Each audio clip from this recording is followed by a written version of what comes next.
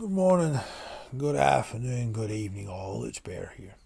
And I'd like to welcome you to my YouTube channel, aboxwithnolid, a channel I've created to not only to bring awareness to the day-to-day realities trauma creates, but also to get into the mechanisms, building a more productive understanding and base to support our healing journey and improve the quality of our lives. Now, this is the next video in the adoption series, and this is another one that's going to require many videos. I'll be coming back to this subject many times as we go through, one because of the individualistic natures of each experience, but also the sheer amount of information around it. And that, of course, is the complexities of reunions. Those meetings that we have with biological family. Now, from the onset, I want to put out there that I've not, through decades of searching, I've not been able to find any biological family due to the circumstances around my adoption and how much redaction it was done and due to other external circumstances. The chances of me finding are quite slim, not through lack of trying and not through many years of trying. But I've also been around many circumstances and observed with many of adoptees I've known through reunions. And with what I've learned on my own search, as well as what I've witnessed in speaking with both mothers of adoption, as well as mothers, fathers, and adoptees, is so much within reunions is left too late. For me, I've always been an advocate that with reunions you take your time, and there needs to be an external mediator that knows what the hell they're doing before any face-to-face or verbal interactions happen for at least a few months, purely because of once the face-to-face happens, even with the phone call, once the vocal tone is heard, what it initiates within the body on both sides. Remember, this is the first moments of biological connection. Creates so many fundamental layers of chaos internally, neurophysiologically, that the conclusions from this onslaught in a face-to-face create the obstacles and the reasons why the majority of reunions fail. Purely down to one simple thing is the competitiveness of trauma. Who has suffered the most? For want of a better analogy, I've seen mothers that have gone into reunions completely martyring themselves in such a self-destructive way to try to appease this, and it still doesn't work.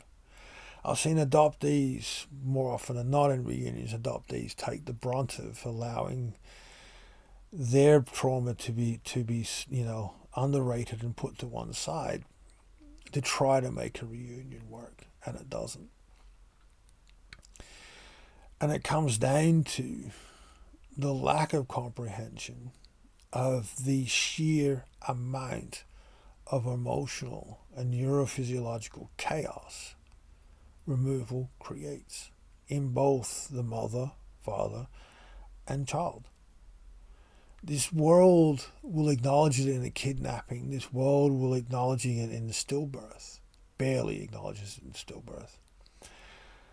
But does not acknowledge it in placement, removal and placement. Yet, as I've said in previous videos, the majority of dysfunctionality we see in our society, you can take back to a dysfunctional childhood, a broken childhood. The evidence is overwhelmingly there, but society just doesn't want to go there. But if we don't take a step back with reunions and plan out building an emotional vocabulary between the adoptee and the biological family, both sides, to be able to create healthy, respectful boundaries in an attempt to keep in context the responses that are going to come up, and to keep it in a more balanced framework, which it's like trying to wrestle 50, psychotic feral cats, as one psychologist put it, into some sense of order. You'll never get it right. There is no way to make this right, but it takes a level of an emotional vocabulary and understanding to be able to navigate this, to give it the best chance on both sides. But the first step is acknowledging the sheer amount of emotional chaos created at removal, and to remove this competitiveness of trauma as best we can.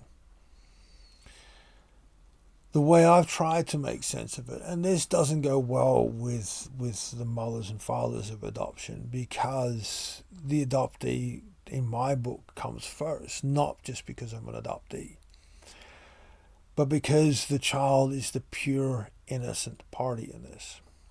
The child, particularly at birth removals, there is no cognitive component, and that is the root of this.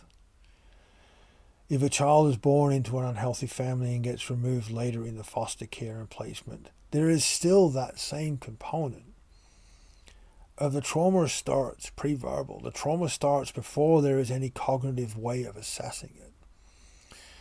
When an adult loses a child, when a teen loses a child to adoption, which is the majority of at-birth removals, especially now, are from 15, 16-year-old girls,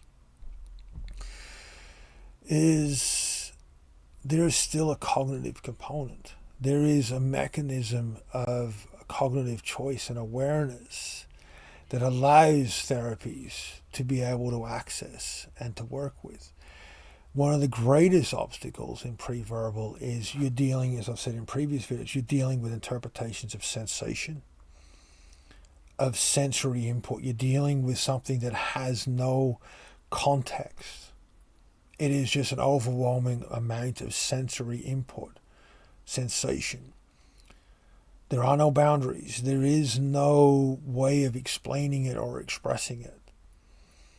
And that is why, for me, within reunions, the adoptee side is more, it needs to take priority in the competitiveness of trauma aspect, is because of that.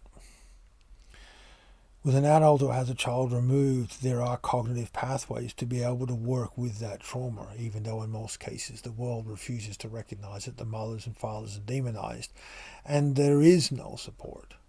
And I acknowledge that 100%. I've been and know enough mothers of forced adoption here in Australia and in other countries, with Indigenous removals in residential schools and so forth, to acknowledge all of that. I'm not trying to demean your experiences in any way, shape, or form, but there are resources to work with that, because your higher brain function was developed when it happened.